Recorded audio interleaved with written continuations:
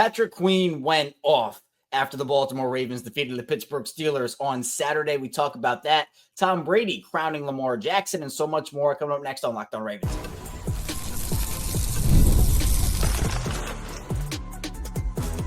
You are Locked On Ravens, your daily Baltimore Ravens podcast. Part of the Locked On Podcast Network, your team every day. Welcome into another edition of Locked On Ravens, your daily Baltimore Ravens podcast. I'm your host, Kevin Ostreicher of Ravens Wire, here with you on the Locked On Podcast Network, your team every day. Thank you so much for being here, making Locked On Ravens both the part of your day and your first listen each and every single day. We're free and available for you on all podcasting platforms. That includes in video form on YouTube, where you can like and subscribe. Also in audio form, where you can follow along and subscribe as well. It's the same show, both audio and video, so you're not missing out on any content if you want to watch or listen to the show. And we're a 5-day-a-week Ravens podcast. So Monday through Friday, we have episodes on the daily, plus we have bonus episodes on the weekends. We go live after every Ravens game and piece of big news. If you want Ravens coverage, we're your place to be here on Locked On Ravens. Today's bonus edition of Locked On Ravens is brought to you by Hillsdale College. Go right now to hillsdale.edu/lockedon to enroll. There's no cost and it's easy to get started. Happy Victory Sunday. Kind of, you don't get an opportunity to say that very often, do you? Victory Sunday, the Ravens' Saturday evening beatdown of the Pittsburgh Steelers. It was absolutely glorious, and I am still just very happy about it, as should a lot of Ravens fans be. Every Ravens fan should be happy about it. 34-17, Baltimore gets the victory. They pull within not even a game of the Steelers. It's now a tiebreaker between Pittsburgh and Baltimore, which Pittsburgh still owns, but there is a clear path for the Ravens to take over the AFC North with the way these schedules are panned out. But still a long way to go. 2 games left for both of these teams. But today we're going to be talking about Patrick Queen went off. And I mean off. Unbelievable. Like all these different types of quotes about the Steelers defense. And he was very, very frustrated. So for a guy that said he didn't really care all that much about it being Baltimore, this, that, and the other, he was very frustrated about a lot of things that his defense did on Saturday. So we'll talk about his comments and how the Ravens got Patrick Queen to that point, because I thought there were a lot of good things the Ravens offense did. Then we'll continue with the offensive trend. We'll talk about Lamar Jackson and Tom Brady. Brady obviously is honest. I think he's one of Lamar's biggest fans, if not Lamar's biggest fan. Honestly, I think he might be. But he and Lamar had an awesome moment on Fox after the game. We'll talk about that in the second part of the show. And then finally, we'll get into a Ravens and Steelers recap, probably focus more defensively there. But even so, we have to talk about the game, right? I think I'd be doing a disservice if we didn't talk at all about just a general recap of the performance on Saturday. So Patrick Queen, again, a guy that left Baltimore for Pittsburgh in the offseason. I think he knew the territory that came with. He tried to play the villain role. Now he's trying to play it off. It honestly felt like we were watching a breakup in real time. If we're being honest, he kind of had to get over it, and now he's over it. But man, he had some passionate words for the Steelers and their defense after this game. Lamar Jackson, Derrick Henry, obviously really good games. Patrick was asked a lot about, were people trying to be Superman? What was going on here? And essentially he said, look, if you want to win, come win with us. If you don't, get off the show. Kind of eerily similar to the comments the Ravens had during some of their apparently closed-door meetings. But Queen said, guys got to take a long look in the mirror and get better. If you're supposed to be in a certain position, you got to be in that position. It's simple. And this also, a lot of expletives. We're a family-friendly show here on Locked On Ravens, so of course we might not be reading all those out here, but still, Queen, he was asked about if the defense was trying to be Superman. He said, I don't even think it was trying to be Superman. I think it was just trying to make a play for the game, just not trusting your teammates. So like I said, the game is just late in the year. You got to be on one stream. You got to be on one accord. Everybody's got to be doing their job at a high level. If they're not doing their job at a high level, it's going to get ugly real quick with the teams that are coming up. And we saw the Ravens punish the Steelers over and over and over again, particularly on the ground with Derrick Henry, but even in the play-action game when guys were cheating up trying to stop Derrick Henry. And I think that might be a little bit of what Patrick Queen is talking about, where it felt like the Steelers were trying to sell out to stop the run, and since they couldn't really do anything with Derrick Henry early in the game, I mean, honestly, for all 4 quarters, but I'm talking more so early, guys were cheating up. And then that left the back 7 or just the back 4 exposed. And we saw in the Isaiah Likely touchdown Lamar had. We saw on a couple of other big play action plays that since the Steelers couldn't stop Derrick Henry, I think other guys maybe were trying to make plays or biting on certain things or trying to take risks on the Ravens. And in almost every situation, not all of them, but a lot of those situations, Baltimore made them pay.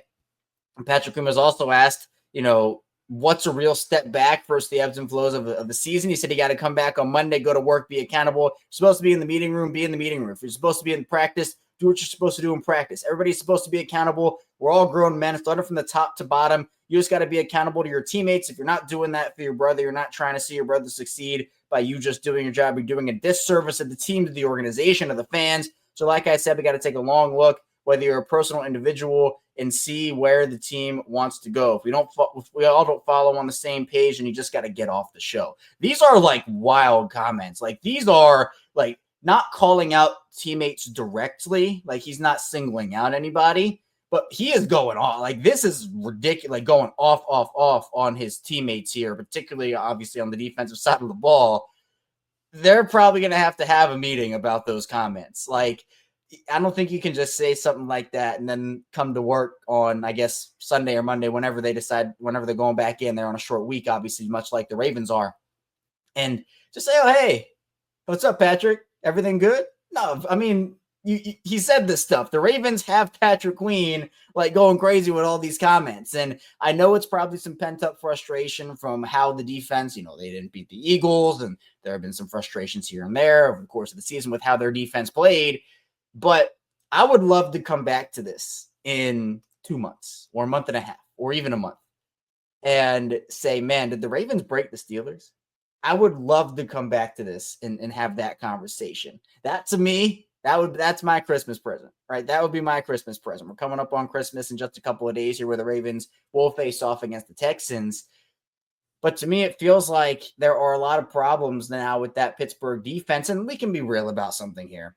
Pittsburgh was dealing with injuries, right? I'm not going to sit here and say Pittsburgh was at full strength. There was no Deshaun Elliott. There was no Dante Jackson. Joey Porter Jr. was in and out of this game. TJ Watt, clearly not 100%.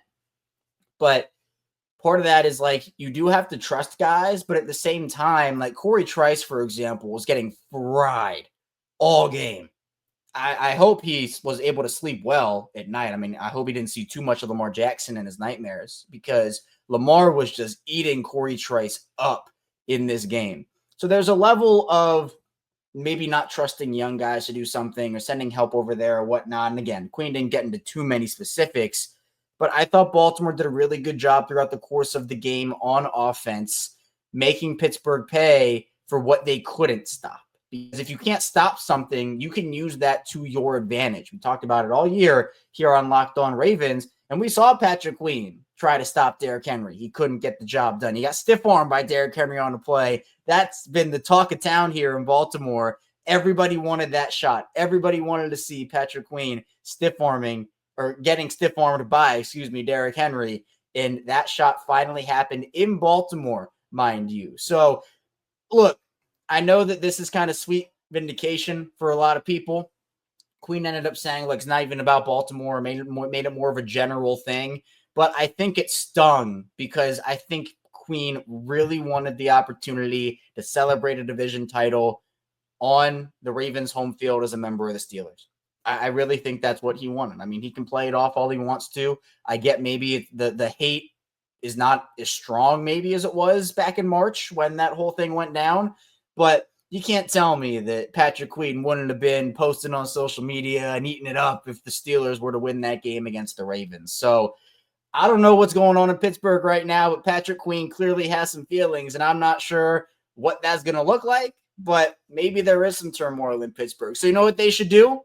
They should go and add Deontay Johnson, veteran, stable locker room presence. All right, I think that's the perfect move for the Steelers. Deontay Johnson, if there's some locker room turbulence, he's known to be a guy that can go in there and solve it. So, hey, you know what? Didn't work out for the Ravens and Deontay Johnson.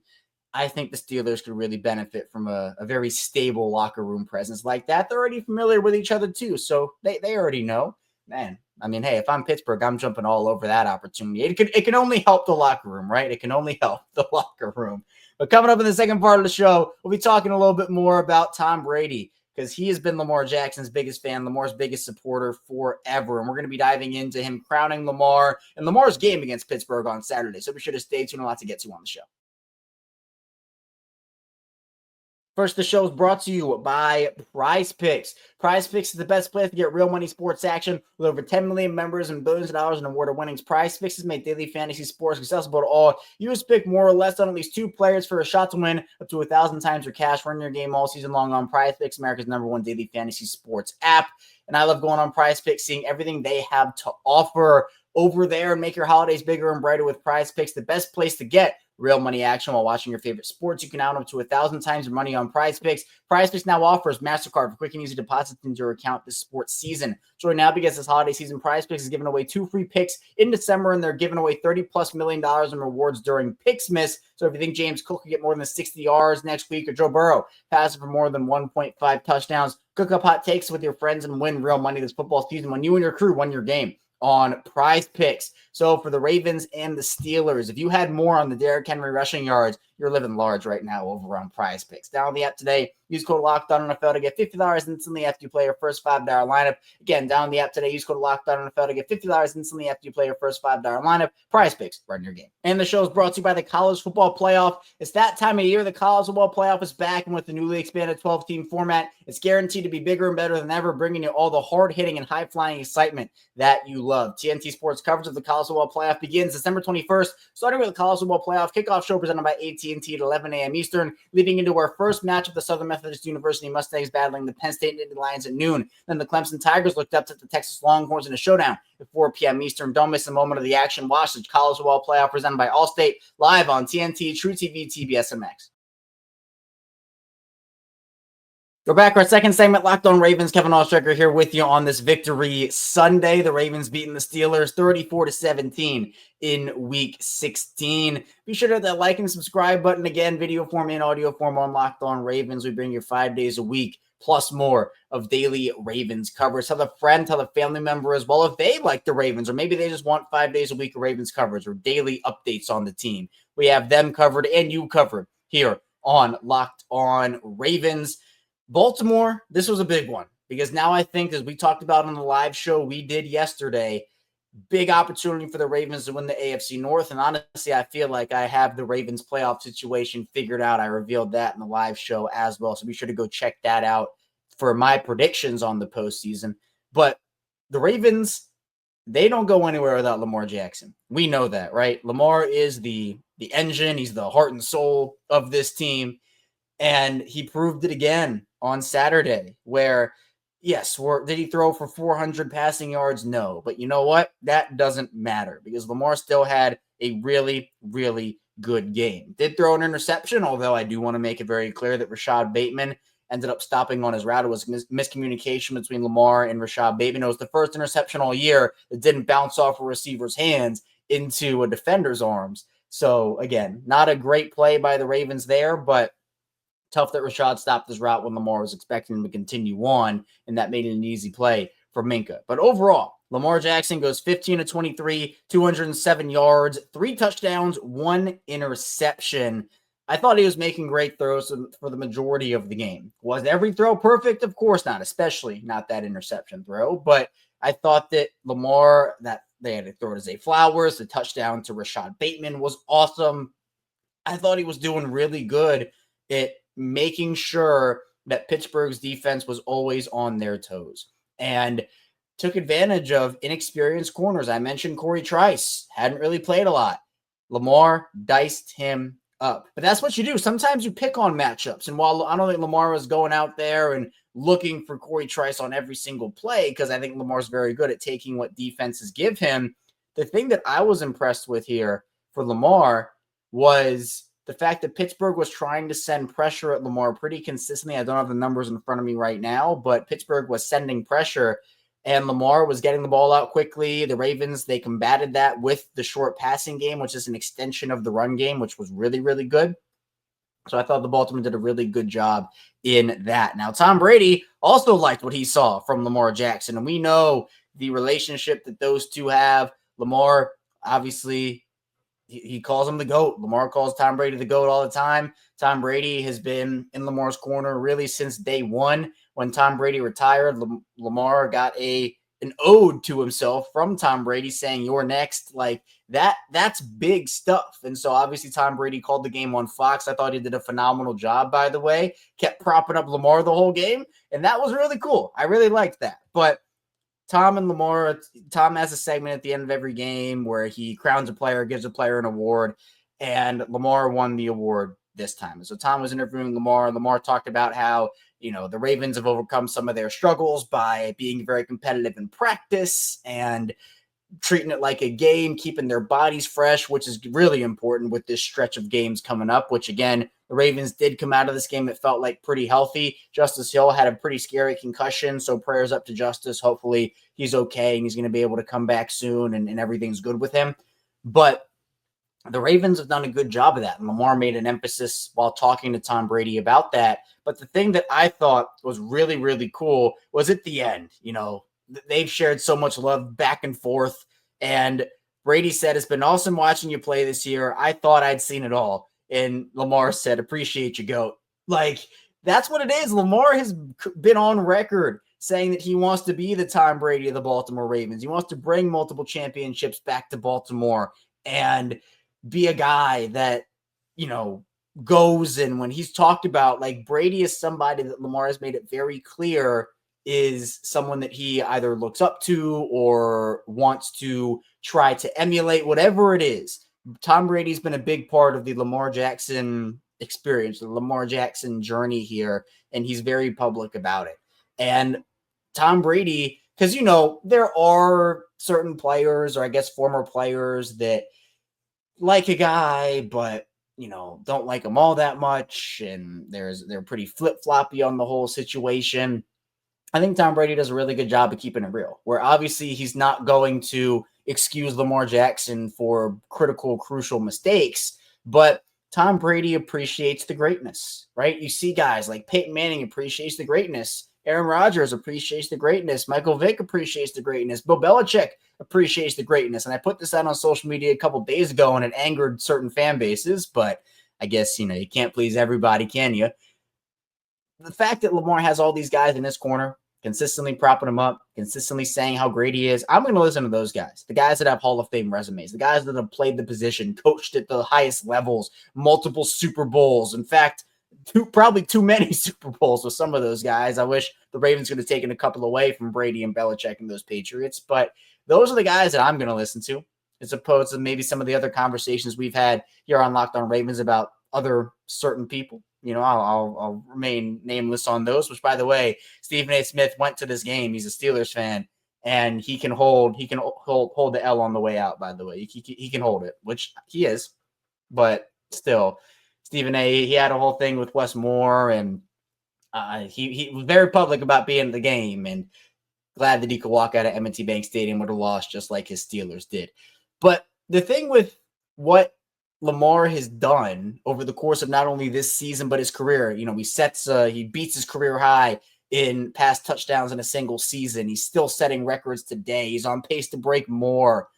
Why would you not just appreciate the greatness? I think some people are just so stuck up in the way that they viewed Lamar maybe coming out of college. And even if you didn't think Lamar was going to be good coming out of college, you have to take Lamar at face value now. Right? Lamar is not the same player he was in college. No one is the same player that they were in college. Every quarterback, player, whatever, they need development. Lamar needed development coming out of school. So did everybody else. And Lamar has taken that. He has turned into a great player, dominant player. And some people just take every opportunity they can to say, "Yeah, well, we're not going to do that." Where with other people, you say, "Yeah, okay, this is the greatest thing since sliced bread." I'm really glad that Lamar has Tom Brady in his corner. I'm glad that Tom is so vocal about Lamar, and hopefully it continues for a long time. And hopefully Lamar can become the Tom Brady of the Ravens and deliver many, many, many championships back to Baltimore. Coming up in the final part of the show, though, we'll talk about the Ravens and Steelers game from a general perspective, get more into the defensive side of the ball, but also talk about a key aspect that, in my opinion, won Baltimore this game. Stay tuned. Lots to get to on the show. First, the show is brought to you by Hillsdale College. Time is our most precious commodity, so don't waste it scrolling through the same mind-numbing content for hours and hours. How can you spend it wisely to improve yourself? Our sponsor, Hillsdale College, is offering more than 43, that's right, free online courses, including Constitution 101, Introduction to Free Market Economics, and so much more. They also have the Great American Story and so many other courses for you. All of Hillsdale's courses are self-paced, so that you can start whenever and tune on wherever. Plus, you can go deeper with readings, quizzes, discussions, or just enjoy the lectures. Go right now to hillsdale.edu/lockedon to enroll. There's no cost, and it's easy to get started. That's hillsdale.edu/lockedon to register. hillsdale.edu/lockedon. We return here on Locked On Ravens. Kevin Oestreicher is still breaking down Ravens football with you on the show. Victory Sunday. I'm going to keep saying it all I can today because I don't really know when else we're going to have a Victory Sunday in the near future unless the Ravens play on Saturday again, which rarely happens. So, hey, it's Victory Sunday. Ravens beat the Steelers 34-17. If you listen to the pregame show, I had the Ravens at 24-17. So I thought it was going to be a little closer, but I had the Steelers score right, and I was only off on the Ravens by 10. I feel pretty good about what I did there. But thank you for tuning into the show, making us part of your day, your first listen of the day as well. Of course, we're going to be back here next week, breaking everything down here on Locked On Ravens. We'll be back tomorrow with a 6 a.m. episode, and then before you know it, it's going to be Christmas. And we're going to have a game on Wednesday against the Houston Texans to break down. So all of that is going to be really important for the Ravens because they're not out of the woods yet. They have to continue to take care of business, but they certainly took care of business against the Pittsburgh Steelers. And I want to start off with the defense here because we haven't talked a lot, really. Actually, we really haven't talked any defense. To me, the Ravens defense did a really good job for the most part. There were certainly some moments of weakness. There were certainly some moments of not great football being played. Middle of the field stuff was an issue with points. They didn't really give up anything deep. There was the one deep ball to Calvin Austin, who was a heck of a player, by the way. I can see why Eric DeCosta wanted him. The Steelers took him before the Ravens had the chance. But Baltimore's defense, a lot of unsung performances in this game. I thought David Ojabo played really well.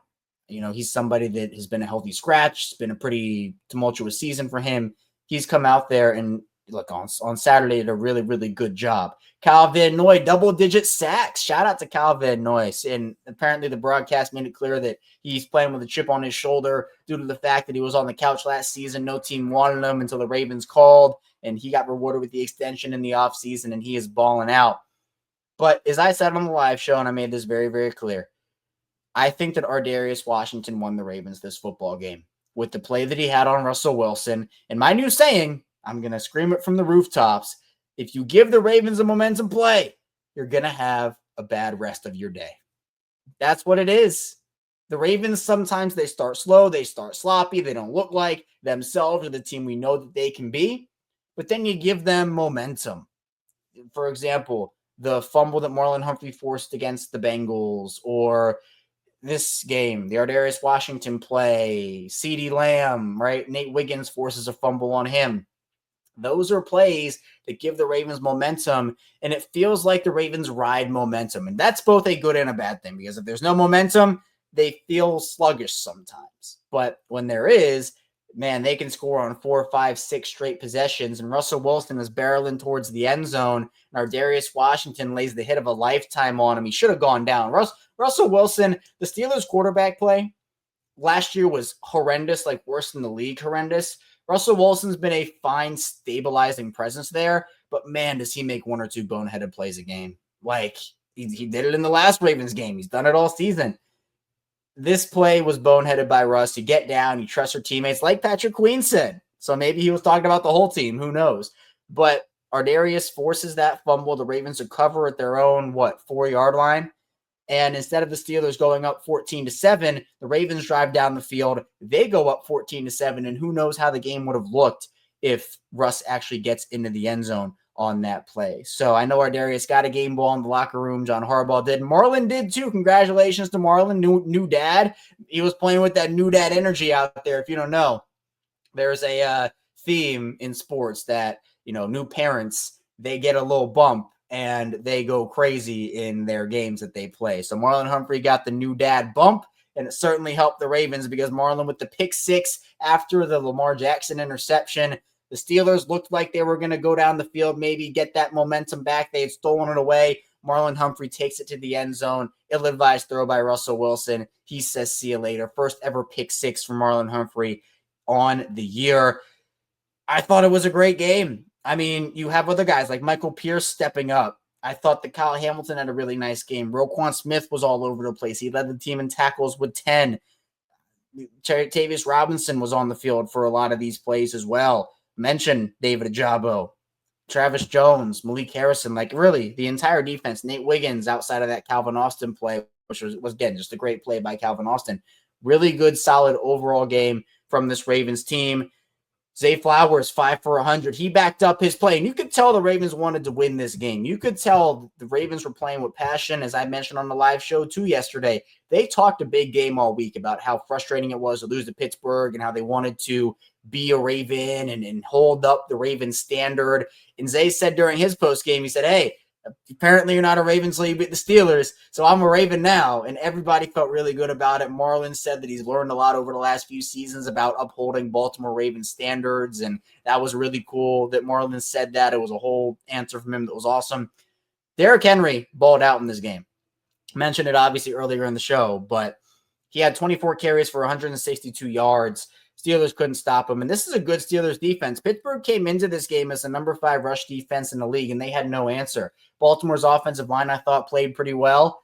You know, there was some interesting plays at points, especially on that third down play to Derrick Henry that didn't go anywhere and got stopped for a loss. Baltimore had to punt. But I do want to shout out Justin Tucker. I forgot to do it in the live show. I was thinking about it the whole show, and then I just forgot to do it.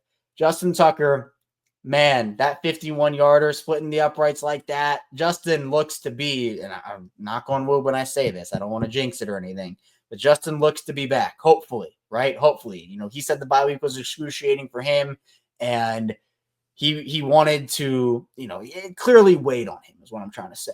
But he looked good in this game. You know, Jordan Stout had a shanked punt, but he got it back together when there was a wide snap, and he was able to really extend for that ball, put it down on that Justin Tucker kick. Special teams wise, Desmond King, couple of fumbles. There's more high potential with Desmond King, but man, that ball security has to be fixed. And, you know, Tylan Wallace downs the ball inside the Ravens 5-yard line. I thought the Ravens made some good special teams plays in this one. And Rashad Bateman gets a touchdown despite being a little iffy with the foot injury. This was a big win. There's no other way to put it. And this was probably going to be your most physical game remaining. You have 2 games left, one against the Texans, one against the Browns. I personally predict the Ravens don't lose again in the regular season. And with that, as you heard on the live show, if you listened, the Ravens will win the AFC North, in my opinion. But big win for the Ravens. Really glad they're able to pull it out. Man, it is hype to be able to say the Ravens beat the Steelers because it's been a while. And I know that Lamar, this team, they wanted it badly. And shout out to them for backing up their talk on the field this week. That's all I have for you here today on Locked On Ravens. Thank you so much for tuning in. On the way out, hit that like and subscribe button in video form and follow along in audio form as well. Turn notifications on too so you know when our content comes out. Coming up tomorrow, we're going to be back here. More Ravens content. We're going to continue talking about the Ravens' big win over the Steelers. So be sure to stay tuned. I'll see you right back here tomorrow on Locked On Ravens.